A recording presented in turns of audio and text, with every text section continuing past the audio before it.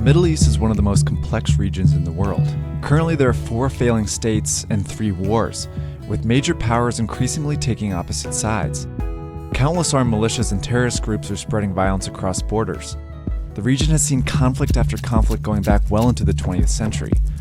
But among all the uprisings, civil wars, and insurgencies, 2 countries always seem to be involved: Saudi Arabia and Iran.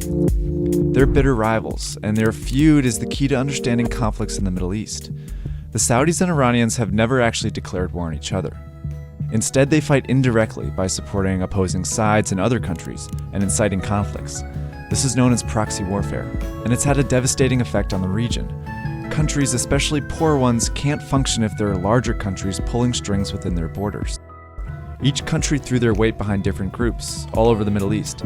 Just like in Iraq, the Saudis began supporting Sunni groups and governments, while Iran helped Shia groups rise up against them.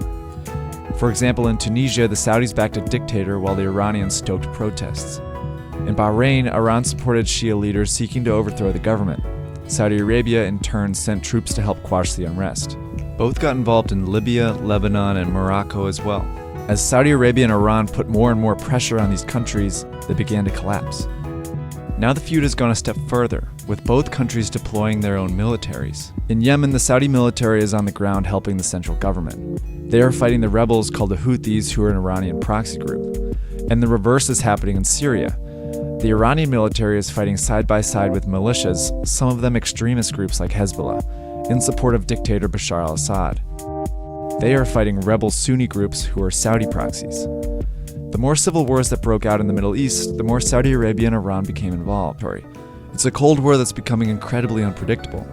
As the Middle East continues to destabilize, it's hard to say how far these countries will go.